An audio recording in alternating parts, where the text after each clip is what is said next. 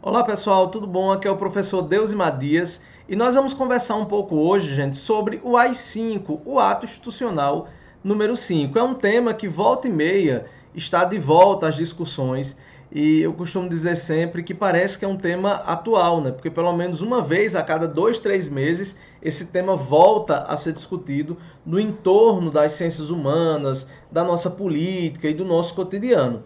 Então eu resolvi fazer um pouco diferente hoje. Eu vou trazer algumas conceituações e alguns artigos relacionados ao Ato Institucional número 5 para que você possa entender de maneira definitiva aquilo que aconteceu quando o AI-5 ele foi editado pelos militares lá no ano de 1968, ok? Então, gente, a primeira coisa que nós precisamos saber é o que é um ato institucional. Então, olhe na tela para que a gente possa ter essa definição do que é um ato institucional. É uma norma de natureza constitucional expedida entre 1964 e 1969 pelos governos militares que se sucederam após a deposição de João Goulart em 31 de março de 1964. Gente, a partir do momento que houve um golpe militar no Brasil, em 1964, Deusmar, por que golpe? Porque o presidente João Goulart ele foi deposto. Então, a utilização da palavra golpe, do ponto de vista histórico e do ponto de vista jurídico, tem a ver com um rompimento dos princípios constitucionais. Então, toda vez que a Constituição ela não é cumprida, toda vez que a Constituição ela é derrubada, toda vez que a Constituição ela é desrespeitada, nós temos um golpe. E é aquilo que acontece quando, em 1964, o João Goulart ele é deposto do cargo de presidente da República, cargo esse protegido pela então Constituição de 1946, que foi rompida. Então, o ato institucional, gente, ao todo foram 17 atos institucionais, foram os instrumentos, as normativas jurídicas usadas pelos militares que governaram entre 1964 e 1985. Esse é o primeiro ponto.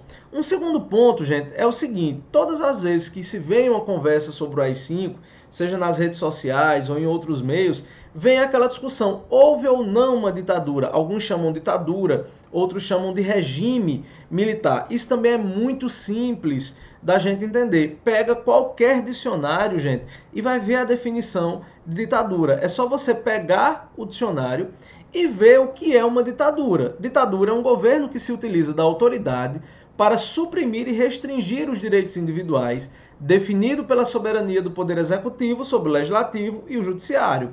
País ou nação em que o governo é exercido dessa forma. Ditadura é um sistema antidemocrático em que o chefe de Estado não é escolhido por votações populares. Percebam o seguinte, gente, qualquer definição de ditadura que você encontrar, seja nos manuais jurídicos, seja nos dicionários, seja nos livros de história, de sociologia ou de filosofia, desemboca nessa conceituação. Deusmar, então o que é que eu faço? Você vai pegar a definição do que é uma ditadura e vai comparar com aquilo que ocorreu no Brasil entre 1964 e 1985. Através dos instrumentos jurídicos que eu vou apresentar para você aqui, você vai perceber que claramente houve sim uma ditadura militar no Brasil a partir da instrumentação jurídica do ato institucional número 5. Deusimar, mas por que é que o AI-5 ele é mais falado do que os outros atos institucionais? Percebam que os atos institucionais número 1, 2, 3 e 4, gente, eles estão no início dessa normativa, dessa narrativa militar que sucedeu o golpe. Qual foi essa narrativa militar inicial que faz com que houvesse uma espécie de ditadura branca ou ditadura branda nesse início? Os militares assumiram o poder prometendo que seria transitório, que seria temporário, que haveria no ano seguinte eleições normais. O AI-5, gente, arregaça esse processo, institui a ditadura, a suspensão do habeas corpus, a suspensão de direitos políticos, cassação de diversas pessoas que faziam oposição a esse regime. É como se houvesse um escancaramento do processo ditatorial em 1968. Então o AI-5 ele é representativamente mais importante do que os outros, porque é aquele que dá cara definitiva ao processo ditatorial. Enquanto os primeiros ainda tratavam aquele movimento como sendo um movimento temporário, o AI-5 não. traz medidas efetivas como a suspensão do habeas corpus, a suspensão de direitos políticos por até 10 anos, a normatização de fato daquela ditadura que toma um tom mais agressivo a partir de 1968, ok? Então vamos analisar, gente, aqui alguns pontos, vamos fazer uma análise histórica e jurídica de alguns pontos relacionados ao ato institucional número 5. Primeiro que eu queria que vocês olhassem aí é o artigo 2º do AI-5, que diz o seguinte: o presidente da República poderá decretar o recesso do Congresso Nacional, das Assembleias Legislativas e das Câmaras de Vereadores por ato complementar, em estado de sítio ou fora dele, só voltando os mesmos a funcionar quando convocados pelo presidente da República. O que é que o artigo 2º, gente, do ato institucional número 5 está dizendo aqui? O Congresso Nacional poderá ser fechado em qualquer momento. Não apenas o Congresso Nacional, mas também as Assembleias Legislativas, as Câmaras de Vereadores, elas podem ser fechadas simplesmente pela vontade do presidente da República, que pode abrir ou fechar a partir da vontade dele. Então, o artigo 2º deixa bem claro a característica de um regime autoritário, né, de um regime ditatorial, ao mesmo tempo que não respeita a teoria dos 3 poderes vinculados ao Montesquieu: executivo, legislativo e judiciário. Ok, gente? Vamos para mais um ponto aqui. O artigo 2º, em seu parágrafo 1º, diz o seguinte: decretado o recesso parlamentar, o Poder Executivo correspondente fica autorizado a legislar em todas as matérias e exercer as atribuições previstas nas Constituições ou na lei orgânica do município. Então, o parágrafo 1º do artigo 2º diz que, com o Congresso Nacional suspenso, fechado por determinação do Presidente da República, o Poder Executivo, ou seja, o Presidente da República, ele vai poder criar e legislar sobre todos os aspectos legais de funcionamento do país. Ou seja, eu fecho o Legislativo e agora o Presidente da República, de uma maneira autoritária, ele passa a poder decretar leis de uma maneira em que não haja aquilo que Montesquieu chama de teoria de pesos e contrapesos. Então, esse é um segundo aspecto relacionado ao AI-5. Vamos um pouquinho mais à frente, né? O artigo 3º do AI-5, gente, diz o seguinte: o presidente da República, no interesse nacional, poderá decretar a intervenção nos estados e municípios sem as limitações previstas na Constituição. Então, gente, não só o presidente da República ganhava poderes para fechar o Congresso Nacional, como o presidente da República poderia intervir em qualquer estado e município do Brasil. O que é que isso significa? Por exemplo, um prefeito eleito pela população poderia ser afastado e colocado interventor. Um governador poderia ser afastado e também ser colocado um interventor. Então, o artigo 3º aprofunda esse autoritarismo, concedendo ao presidente da República direito de intervenção nos estados e também nos municípios, ok? Vamos um pouco mais para frente, eu queria que vocês prestassem bem atenção no artigo 4º do AI-5, que diz o seguinte: no interesse de preservar a Revolução, o presidente da República, ouvido o Conselho de Segurança Nacional e sem as limitações previstas na Constituição, poderá suspender os direitos políticos de quaisquer cidadãos pelo prazo de 10 anos e cassar mandatos eletivos federais, estaduais e municipais. Isso é uma outra característica ditatorial, autoritária, gente, do AI-5. Qualquer pessoa que discordasse do governo, qualquer pessoa que, a partir daquele ato, a partir do AI-5, discordasse das normativas do executivo, desses militares que governavam o país, teriam seus direitos políticos cassados por 10 anos. Então, esse é um ponto que também caracteriza esse regime ditatorial a partir do momento que não há um respeito ao contraditório, à liberdade de expressão, característica muito rica da nossa Constituição. Então, seguindo um pouco com essa análise, olha o artigo 10 do AI-5, gente, queria que vocês prestassem atenção aí. Fica suspensa a garantia de habeas corpus nos casos de crimes políticos contra a segurança nacional, a ordem econômica e social e também a economia popular. Gente, a suspensão de habeas corpus é uma das grandes agressões ao sistema político, ao sistema jurídico nacional. Porque o habeas corpus, gente, concede direito de você responder em liberdade a uma acusação que lhe é feita.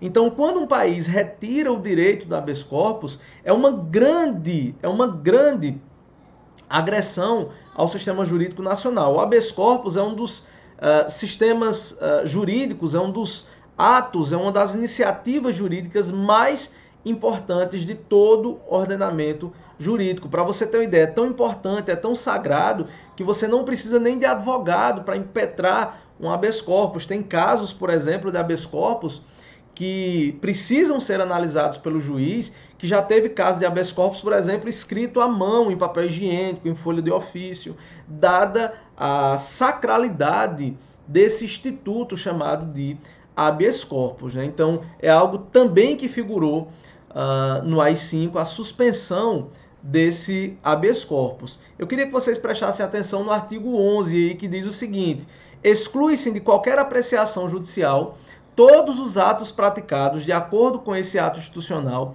e seus atos complementares, bem como os seus respectivos efeitos. Gente, não só o ato institucional número 5 foi um ato de natureza ditatorial, como o próprio ato em si exclui qualquer possibilidade de análise nos tribunais superiores. Ou seja, quem conhece o ordenamento jurídico, quem conhece a nossa história sabe que as decisões judiciais elas passam por um processo de revisão nos tribunais superiores. A legislação ela pode ser questionada nos tribunais superiores. E nesse caso, o AI-5 e todos os seus efeitos não poderia nem ser matéria de análise nos tribunais superiores, reafirmando mais uma vez o seu caráter autoritário, tá certo? Um outro ponto, gente, que vem sendo muito discutido hoje é o seguinte: é ou não crime defender a ditadura militar? É ou não crime defender um golpe militar? E é importante que você entenda e é importante que você separe essa discussão. Não é crime, preste atenção, não é crime defender, por exemplo, um determinado sistema político dentro de um processo democrático. Então, por exemplo, se você entende que os dados econômicos na época da ditadura militar eram superiores aos dados econômicos relacionados à nossa economia moderna, não é crime você defender do ponto de vista técnico, econômico, cultural, enfim, isso. Não é crime, certo? Até porque nós fazemos parte de uma democracia, né? E há sim o processo de liberdade de expressão.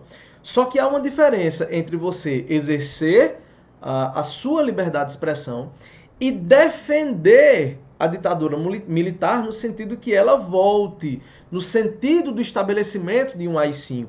Então, conversar, debater, discutir os dados, exercer sua livre opinião sobre esse período da nossa história não é crime. Porém, incitar um golpe constitucional, incitar o fechamento do Supremo Tribunal Federal, incitar o fechamento do Congresso Nacional é crime, sim. E eu trouxe aqui uma das normativas, que é a Lei número 7.170 de 83, que diz em seu artigo 1º, essa lei prevê os crimes que lesam ou expõem o perigo de lesão.